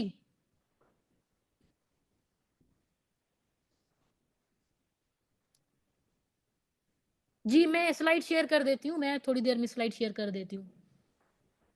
जी, बस कोई और क्वेश्चन? मैम, ये चलें, इसमें ठीक क्या है। कानून साजी? जी ओ सॉरी, ठीक है, ओके, थैंक यू। जी जी जी जी, पूछ लें। हाँ, ये बताइए, इसमें और मजीद कानून साजी की गुंजाइश है इसमें? मतलब अदालतों को डिस्क्रिप्शन दी हुई है कि आप जो है डैमेजेस इवेल्युएट करें, तो कानून में मतलब और कानून पास होना चाहिए पार्लियामेंट से इसके बारे में? जी, बिल्कुल बिल्कुल बिल्कुल, मैंने रिकमेंडेशन में ये बात की थी, डैमेजेस की स्पेसिफिक मैंने बात नहीं की, लेकिन बिल्कुल आप देखिए ऑन डिजिटल जो आपकी डेफेमेशन है वो कितनी बढ़ गई, आप देखें कैसे एआई के थ्रू आप कैसे किसी और बंदे की पिक्चर्स वीडियोस बना के आप किसी और का वॉइस जो है वो वॉइस ओवर किसी और की कॉपी जो आप एआई को देते हैं, किस तरह से वो बनती है। ज़रूरत है बिल्कुल, पीका का तो कर दिया गया है, पीका में, लेकिन पीका का जो है वो स्पेसिफिकली इस पे क्रिटिसाइज़ होता है कि वो स्पेसिफिकली जर्नलिस्ट को ज़्यादा रेस्ट्रिक्ट करता है, कि जी जर्नलिस्ट जो, क्योंकि पहले तो क्रिमिनल इतनी पनिशमेंट नहीं थी ना, पीका के बाद तो क्रिमिनल पनिशमेंट्स जो वो आ गई है। बिल्कुल ज़रूरत है डिजिटल जो साइबर क्राइम है स्पेसिफिकली, जो डिजिटल डिफेमेशन है उसको किस तरह से आपने प्रोटेक्ट करना है दूसरों को, किस तरह से आप रोक सकते हैं कि एक बंदा किसी ने कोई ऐसी पोस्ट डाली है तो दूसरा बंदा उसको रीशेयर ना कर सके, और उसको किस तरह से जो है वो आप प्रोटेक्ट करेंगे स्पेसिफिकली एआई का, क्योंकि एआई का दौर है, एआई में आप किस तरह से करेंगे, कैसे लोग कॉपी कर रहे हैं, किस तरह से वीडियोस आ रही हैं, और वही बंदा बाद में जो है वो सोशल मीडिया पे आप देखें, वही बंदा बाद में आके कहता है कि ये मुझसे नहीं हुआ, किसी और से हुआ। और ये जो केस भी हुआ है, अभी रिसेंटली केस भी हुआ था सिंध में, जिसमें उसका अकाउंट हैक करके जो कोई स्टेटमेंट दी गई थी। तो इन सारी चीज़ों को जो है वो ज़रूरत है कि इनको जो है वो कवर किया जाए, इन चीज़ों को जो है वो इनकी रेमेडी हो, इनके रिड्रेस हो, किस तरह से हम इनसे बचेंगे, तो ज़रूरत है इनके लिए कानून बने। और गवर्नमेंट ज़ाहिर बात है कोशिश तो कर रही है, लेट्स सी कितना टाइम लगता है। लेकिन डेफेमेशन कानून पाकिस्तान में अभी तक सही से क्लियर नहीं है। पाकिस्तान से बाहर जितने भी कंट्रीज़ हैं, आप देखें यूके, अमेरिका, कनाडा, वहाँ पे डेफेमेशन के बहुत सारे केसेस और जो है वो फाइल होते हैं और उन पे बड़ा फोकस भी किया जाता है, डिटेल लाइव केसेस भी चलते हैं उनकी। पाकिस्तान में डेफेमेशन केसेस इतने ज़्यादा नहीं चलते। मीशा शफी और अली जफर वाला केस आपने देखा होगा, एक केस था जो इतना ज़्यादा जो जिसकी हाइप हुई थी। पाकिस्तान में जो बड़ी बड़ी पर्सनैलिटीज़ हैं, डेफेमेशन के केसेस सिर्फ उन्हीं के जो है उन्हीं की हाइप होती है। बाकी गरीब बंदे जितने भी हैं उनके डेफेमेशन के केसेस तो फाइल ही नहीं होते। तो इस पे भी गवर्नमेंट को चाहिए कि इसको भी जो है वो कवर करे, इसको भी देखे। तो ज़रूरत तो है, बिल्कुल ज़रूरत है। ओके मैम, थैंक यू जी, कोई और क्वेश्चन? अस्सलाम वालेकुम जी। अजहर बोल जी रहा हूँ मैडम, वालेकुम लाहौर से। जी वालेकुम मेरा सलाम सवाल सर। जरा थोड़ा हटके है, प्लीज माइंड ना कीजिएगा। जी हमारी जो मोहतरम पाक आर्मी है, हाँ हाँ इसकी इज्जत हमें मोहब्बत से करनी चाहिए या खौफ से करनी चाहिए? हुआ ऐसे कि मैं लाहौर डिफेंस से अपने घर से जा रहा था कोर्ट की तरफ, कैंट के एरिया से गुजरा, तो आजकल आपको पता है स्मोक का चल रहा है सीजन, तो मैंने वो देखा कि आर्मी की गाड़ियों से बहुत धुआं निकल रहा है। तो मैंने उसकी क्लिप बनाया। तो मेरे कोलीग हैं एडवोकेट भट्टी साहब, तो वो उनको मैंने दिखाया, यार ये मैं सोशल मीडिया पे लगाऊंगा ताकि मैं भी इसका हिस्सा बनूं कि स्मोक का ये तदारक जो है ना वो गवर्नमेंट की गाड़ियों का भी होना चाहिए। तो उन्होंने मुझे मना कर दिया कि नहीं यार, आर्मी के मुतालिक ना कोई बात करना, ऐसी मुसीबत में फंस जाओगे। तो ये मैं सोच रहा हूँ कि हमें इनकी इज्जत मोहब्बत से करनी चाहिए या खौफ से? तो इसका अगर अच्छा मीडिया पे आता है तो उसका हमें, जैसे आपने बताया कि शेयर करने वाला भी पकड़ा जाएगा और रीशेयर करने वाला भी पकड़ा जाएगा, तो आजकल ये सीजन है, इसके में जरा थोड़ा बता दें। जी। अल्लाह हाफिज। अच्छा, ये जो आपका क्वेश्चन है थोड़ा सा ना मेरे टॉपिक से थोड़ा सा हट के है, क्योंकि मेरा टॉपिक तो थोड़ा सा मैं बता रही हूँ डेफेमेशन का। और आपको पता है कि आर्मी का उनका लॉ तो अलग है, उनके लिए तो लॉ अलग है, आपको पता है। तो ये मैं ऑर्डिनरी सिविल सिटीजन्स की उनकी बात कर रही हूँ। आपका थोड़ा टॉपिक मुझसे हट के है, तो सॉरी मैं इस पे कोई कमेंट नहीं कर सकती। मेरा जो है वो मेरी इन्फॉर्मेशन इस पे इतनी नहीं है। मेरी इन्फॉर्मेशन जो वो सिविलियंस पे जो है वो है, तो मैं इस पे कमेंट नहीं कर सकती क्योंकि मेरे पास इसकी इन्फॉर्मेशन नहीं है। जी जी बेहतर जी, अल्लाह हाफिज। जी। अच्छा ठीक है, फिर इसको एंड करते हैं। Finally thank you very much everyone आपके टाइम के लिए। और फर्दर अगर किसी को मैं ये पीपीटी शेयर कर दूंगी, अगर किसी को फर्दर कोई क्यूरी हो, कोई किसी किस्म की मुझसे पूछना चाहे, तो मैंने अपना कॉन्टैक्ट नंबर, कोई कॉन्टैक्ट इन्फॉर्मेशन जो है वो इस पीपीटी में लगा दी है। आप मुझसे जो है वो थ्रू लिंक्डइन भी कॉन्टैक्ट कर सकते हैं। मैंने अपनी इन्फॉर्मेशन लगा दी है। So thank you very much everyone, thank you, अल्लाह हाफिज़। अल्लाह हाफिज, थैंक यू सो मच।